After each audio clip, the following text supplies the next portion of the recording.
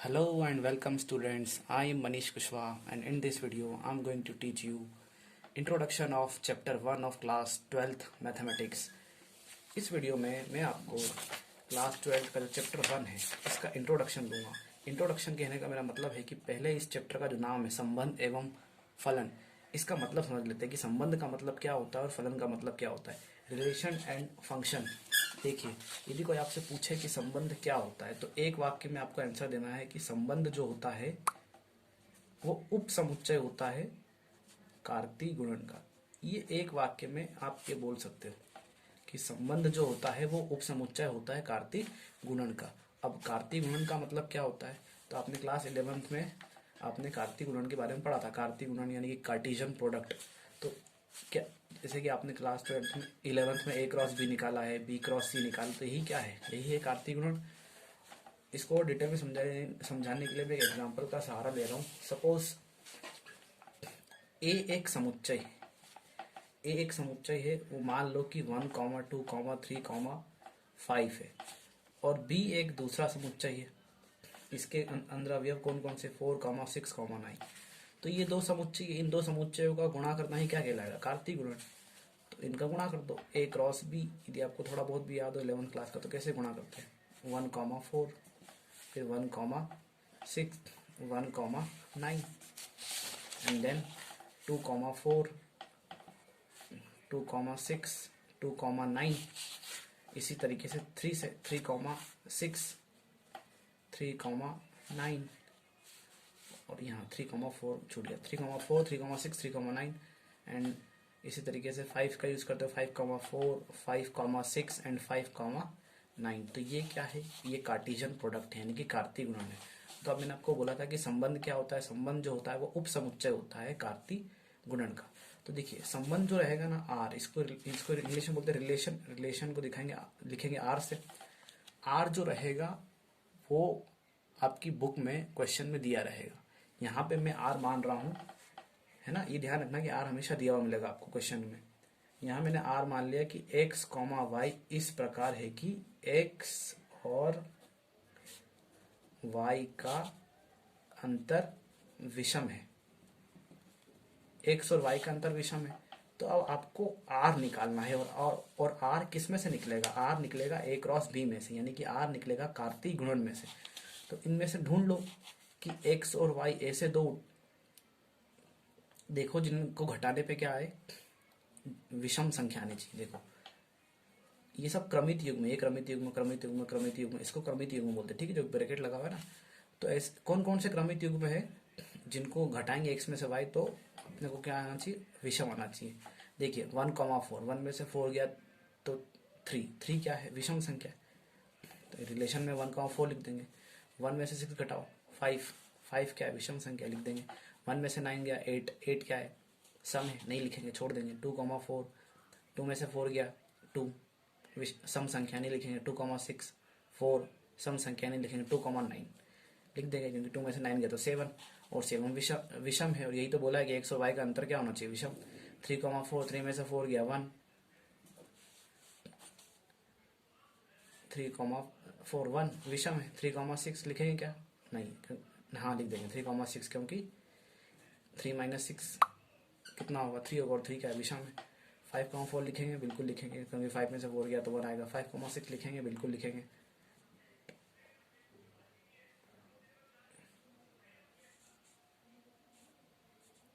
ठीक, 5, 9 लिखेंगे क्या, 5 में से 9 गया तो 4, नहीं लिखेंगे, छोड़ देंगे, क्योंकि सम है। तो देखिए, ये जो r निकाला है वो r किस में से निकला है, a क्रॉस b में से। और उप समुच्चय क्या होता है, r के सभी अवयव a क्रॉस b में है, तो हम ये कह सकते हैं ना कि r उप समुच्चय है a क्रॉस b का। अब उप समुच्चय का मतलब आपको पता होना चाहिए कि उप समुच्चय क्या होता है। r के यदि सारे अवयव a क्रॉस b में हो तो वो क्या कहलाता है, उप समुच्चय कहलाता। तो r उप समुच्चय a क्रॉस b का। और r कौन था, रिलेशन, यानी कि संबंध जो होता है वो उप समुच्चय होना चाहिए a क्रॉस b यानी कि कार्तीय गुणन का। तो संबंध की परिभाषा ये हो गई कि संबंध जो होता है वो उप समुच्चय होता है कार्तीय गुणन का। ठीक है, अब संबंध की मैं आपको डेफिनेशन याद दिलाता हूँ, क्लास 11th में जो हमने पढ़ी थी। देखिए, ये क्लास 11th की बुक है। क्लास 11th की बुक में यहाँ ये संबंध लिखा हुआ और इसकी परिभाषा दी हुई है। किसी अरिक्त समुच्चय ए से अरिक्त समुच्चय बी में संबंध जो होता है वो कार्तीय गुणन ए क्रॉस बी का एक उपसमुच्चय होता है। जो मैंने आपको शुरू में बोला था कि संबंध जो होता है वो क्या होता है, कार्तीय गुणन ए क्रॉस बी का उपसमुच्चय होता है। यह उपसमुच्चय ए क्रॉस बी के क्रमित युग्मों के प्रथम तथा द्वितीय घटकों के मध्य एक संबंध स्थापित करने से प्राप्त होता है। किसी अरिक्त समुच्चय ए से, अरिक्त मतलब ऐसा, अरिक्त समुच्चय मतलब ऐसा समुच्चय जो खाली ना हो। जैसे कि ए के अंदर कौन कौन से अवयव थे, 1 2 3 4, तो मैं इसको ऐसे, ए के अंदर कौन से अवयव थे, 1 2 3 4 5, तो मैं इसको ए को मैं ऐसे भी लिख सकता हूँ, एरो डायग्राम बना के 1 2 3 4 5, तो ये अरिक्त समुच्चय ये है। और दूसरा अरिक्त समुच्चय भी, अरिक्त समुच्चय मतलब जो खाली ना हो, जिसके अंदर कुछ अवयव हो, 4 6 9, यहाँ ले लिया 4 6 9। तो डेफिनेशन क्या की है, किसी अरिक्त समुच्चय ए से अरिक्त समुच्चय बी में संबंध। तो ये अरिक्त समुच्चय ए से अरिक्त समुच्चय बी में संबंध जो होता है वो ए क्रॉस बी का उपसमुच्चय होता है। यानी कि आर संबंध जो होता है वो उपसमुच्चय होता है ए क्रॉस बी का। और यह उपसमुच्चय ए क्रॉस बी, यह उपसमुच्चय जो ए क्रॉस बी के क्रमित युग्मों के प्रथम तथा द्वितीय घटकों के मध्य संबंध स्थापित करने होता है। अब यहाँ पे आर में क्या करा था, एक्स कॉमा वाई, एक्स और वाई में संबंध तो स्थापित करा है। एक्स और वाई में क्या संबंध है कि दोनों को घटाए तो विषम आना चाहिए। तो यहाँ पे हमने वो वही अवयव लिए थे जिनको घटाएंगे तो क्या आएगा, विषम आएगा। तो ये हो गया कि ए क्रॉस बी के क्रमित युग्मों का प्रथम तथा द्वितीय घटकों के मध्य संबंध स्थापित करने होता है। और द्वितीय घटक प्रथम घटक का प्रतिबिंब कहलाता है। अब ये जो द्वितीय घटक, ये प्रथम घटक, ठीक है, ये द्वितीय घटक, प्रथम द्वितीय, प्रथम घटक द्वितीय घटक, प्रथम घटक द्वितीय घटक। तो क्या बोला है कि द्वितीय घटक जो होता है प्रथम घटक का प्रतिबिंब कहलाता है। ये 4 किसका प्रतिबिंब है, एक का। 6 किसका प्रतिबिंब है, 1 का। जैसे कि 1 किसका प्रतिबिंब है, 4 का, है ना। और फिर 6 किसका प्रतिबिंब, 1 का। फिर 1 किसका प्रतिबिंब है, 9 का। तो ये होता है प्रतिबिंब का मतलब। अब हम देखते हैं कि फलन क्या होता है। हाँ, तो देखो फलन क्या होता है। फलन को 2 तरीके से मैं समझाऊंगा। पहला तरीका जो थोड़ा सा आसान है वो ये रहा, और दूसरा अभी इसके बाद बताऊंगा, ठीक है। हालांकि दोनों को समझना बहुत जरूरी, दोनों एक ही है, आपको जो समझ में आ जाए उससे काम चला लेना अपना। देखो पहला तरीका जो बहुत ही ईजी है, फलन जो होता है विशेष प्रकार के संबंध होते हैं जिनमें डोमेन रिपीट नहीं होता है। फलन विशेष प्रकार के संबंध होते हैं जिनमें डोमेन रिपीट नहीं होता। डोमेन मतलब हिंदी बोलेंगे प्रांत। अब प्रांत क्या होता है, तो देखो बड़ा सिंपल है। कोई भी संबंध देखो उसमें आगे आगे के जो अवयव है उनका समुच्चय प्रांत कहलाएगा। जैसे कि इसमें आगे कौन, मतलब ये प्रथम घटक, ये द्वितीय घटक, ठीक है, इसको ऐसे कहेंगे। ये क्रमित युग्म है, ये भी क्रमित युग्म है। जो ब्रैकेट होता है उसको अपन क्रमित युग्म बोलते हैं, क्रमित युग्म बोलते हैं। और ये क्रमित युग्म का पहला घटक है और ये बाद वाला दूसरा घटक है। इसमें 1 पहला घटक है, 6 दूसरा घटक है, 2 पहला घटक है, 9 दूसरा घटक है। इसमें 3 पहला घटक है, 4 दूसरा घटक है।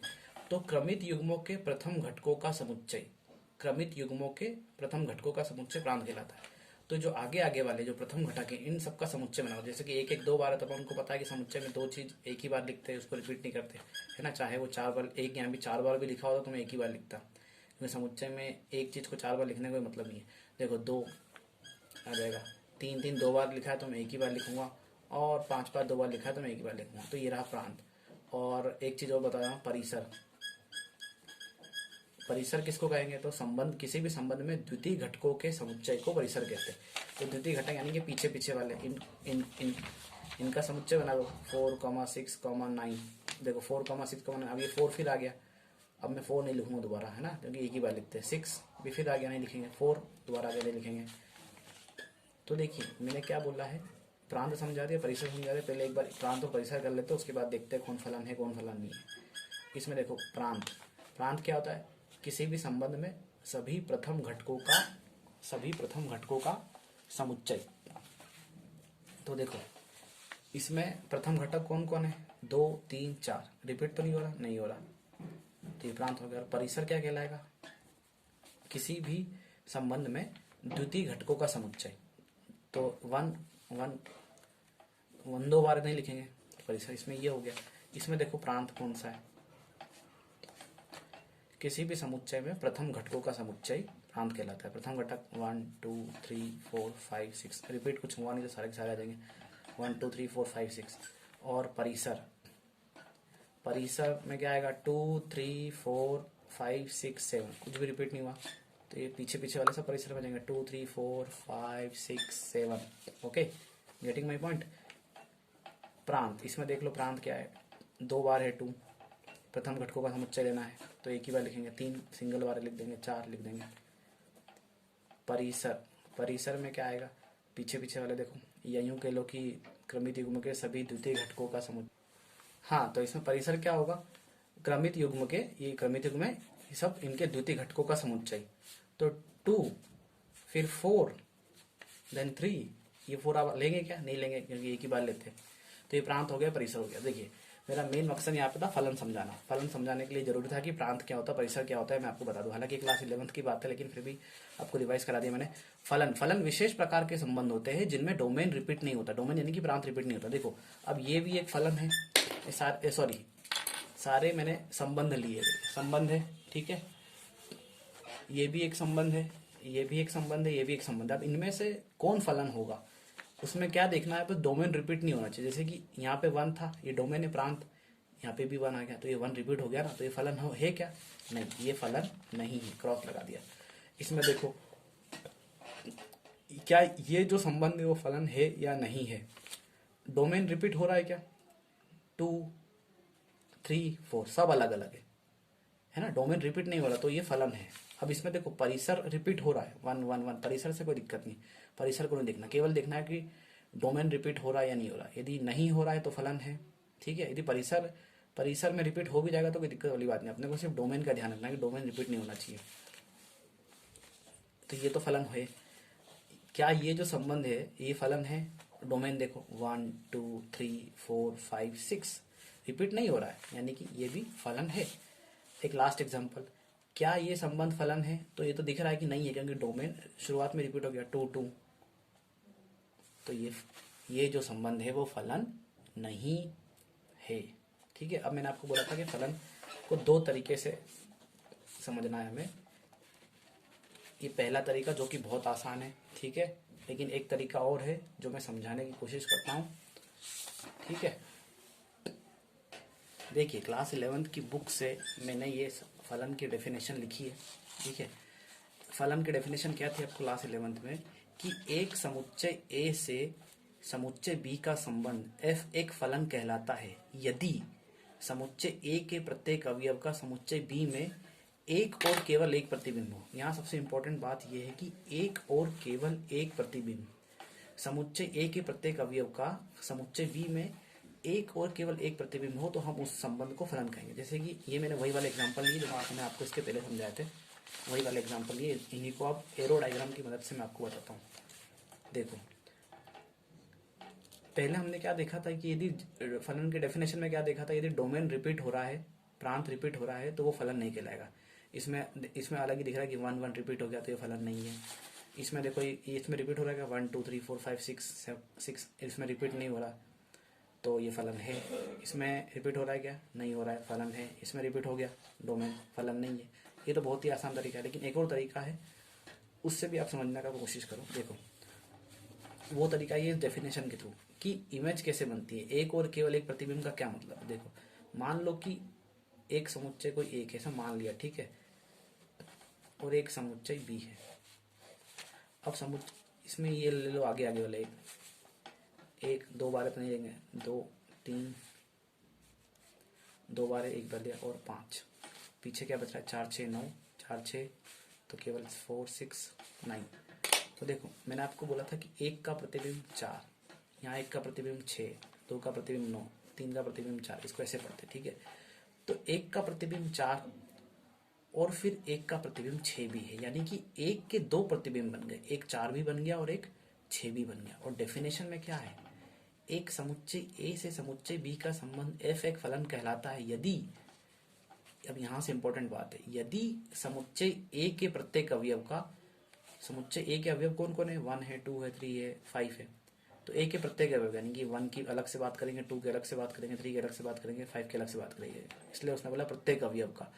बी में एक और केवल एक प्रतिबिंब होना चाहिए। तो देखो यहाँ क्या हो रहा है, एक के 2 प्रतिबिंब बन रहे हैं, एक तो 4 बन रहा है और एक तो 6 बन रहा है, इसलिए ये जो संबंध है वो फलन नहीं है, फलन नहीं है। और यदि अपन इसको भूल भी जाते तो इसके आगे भी बढ़े तो यहाँ देखो, हाँ तो 2 की इमेज 9 से बन रही है तो कोई दिक्कत नहीं, क्योंकि एक समुच्चय ए में जो एक अवयव है उसका केवल एक ही प्रतिबिंब है। अब यहाँ देखो 3 की इमेज 4 भी है और 3 की इमेज 6 भी है, तो ये नहीं होना चाहिए। एक क्या बोला है, ए के प्रत्येक अवयव का समुच्चय बी में एक और केवल एक प्रतिबिंब है। यहाँ क्या हो गया, 3 जो है उसकी 2 प्रतिबिंब बन गए, एक तो 4 बन गया और दूसरा 6 बन गया।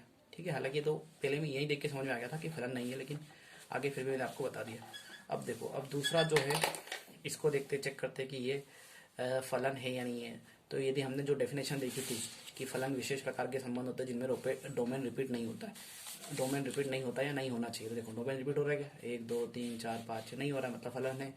लेकिन फिर भी यदि एरो डायग्राम समझे, सॉरी गाइस, एक्चुअली क्या हुआ कि जब मैं ये वीडियो बना रहा था तो मैंने पूरा एक्सप्लेन कर दिया था, बट हुआ क्या था कि मोबाइल की स्टोरेज कैपेसिटी फुल हो गई थी, तो इस कारण से वो वीडियो रिकॉर्ड नहीं हो पाया। तो कोई बात नहीं, मैं इसे फिर से समझा देता हूँ।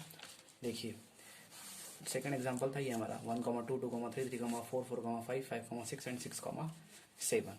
ठीक है, तो देखिए यदि हम फलन को हमने दो तरीके समझा था। एक सिंपल तरीका क्या था कि जो है वो देख लो, डोमेन देख लो, डोमेन रिपीट नहीं हो रहा होगा तो फलन होगा। तो इसमें देखो डोमेन रिपीट नहीं हो रहा है, 1 2 3 4 5 6 7 सब अलग अलग नंबर है, तो यानी कि फलन है। लेकिन दूसरा तरीका क्या था, हम एरो डायग्राम से भी समझने की कोशिश कर रहे थे, हम जो डेफिनेशन है उसके अकॉर्डिंग भी समझने की कोशिश कर रहे थे। तो वैसे ही समझ रहे थे कि उसके अकॉर्डिंग ये फलन है या नहीं है। तो देखो 1 2 3 4 5 6, 2 3 4 5 6 7। देखिए 1 की इमेज 2, 2 की इमेज 3, 3 की इमेज 4, 1 की इमेज 2, 2 की इमेज 3, 3 की इमेज 4, ऐसे 4 की इमेज 5, 5 की इमेज 6, 6 की इमेज 7।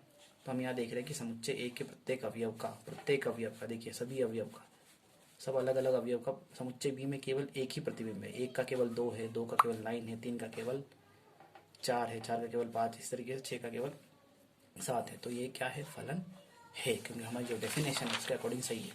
समुच्चय, ये डेफिनेशन याद रखना, मेन चीज यहाँ से यहाँ तक। यदि समुच्चय ए के प्रत्येक अवयव का समुच्चय बी में एक और केवल एक प्रतिबिंब होता है। अब फटाक से हम इसको भी समझ लेते हैं। देखिए पहले तो अपना जो सिंपल तरीका है, यदि डोमेन रिपीट होगा तो फलन नहीं होगा। देखिए डोमेन रिपीट हो गया, फलन नहीं है।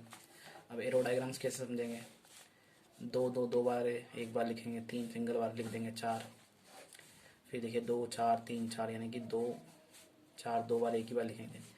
2 की एक तो इमेज 2 बनी, दूसरी 2 की इमेज 4 बन गई।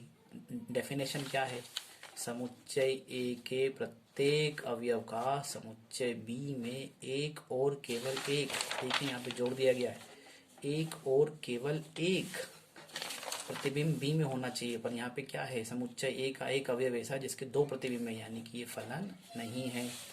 अब इसमें देखिए क्या ये फलन है या नहीं है, चेक कर लो, डायग्राम बनाओ। अच्छा पहले सिंपल तरीके से देख लो, डोमेन रिपीट हो रहा है क्या, 1 2 3 4 5 नहीं हो रहा है, यानी कि ये डेफिनेटली फलन है। एक सेकंड, ये दोनों तो शायद सेम ही एग्जाम्पल हो गए, है ना।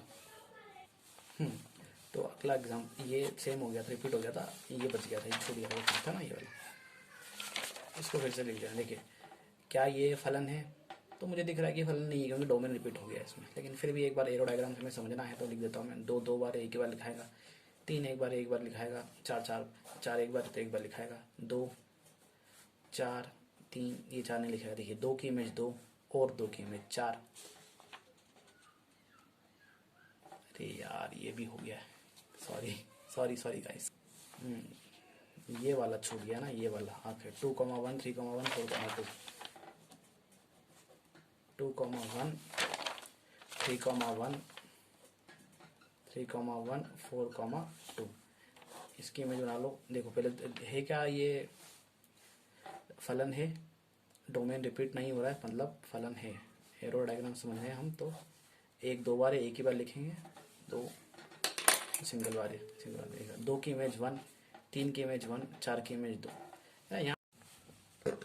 हाँ तो देखिए 2 का प्रतिबिंब 1, 3 का प्रतिबिंब 1, 4 का प्रतिबिंब 2, तो क्या ये फलन है, तो हाँ ये बिल्कुल फलन है। देखिए क्योंकि डेफिनेशन क्या कहती है, समुच्चय एक के प्रत्येक अवयव का, यानी कि 2 का 3 का 4 का समुच्चय बी में एक और केवल एक प्रतिबिंब होना चाहिए। तो 2 का केवल एक ही तो प्रतिबिंब है, एक, 3 का केवल एक ही प्रतिबिंब है, एक, और 4 का एक सिंगल प्रतिबिंब है, 2। तो हाँ ये फलन है। लेकिन यदि ये उल्टा होता, सपोज 1 2 इधर होता और 2 3 4 इधर होता, तो ये 1 का भी प्रतिबिंब 2 बन जाता और 1 का प्रतिबिंब 3 बन जाता और 2 का 4 बन जाता। तो क्या फलन होता? नहीं, क्योंकि फिर ये ए होता और ये बी होता।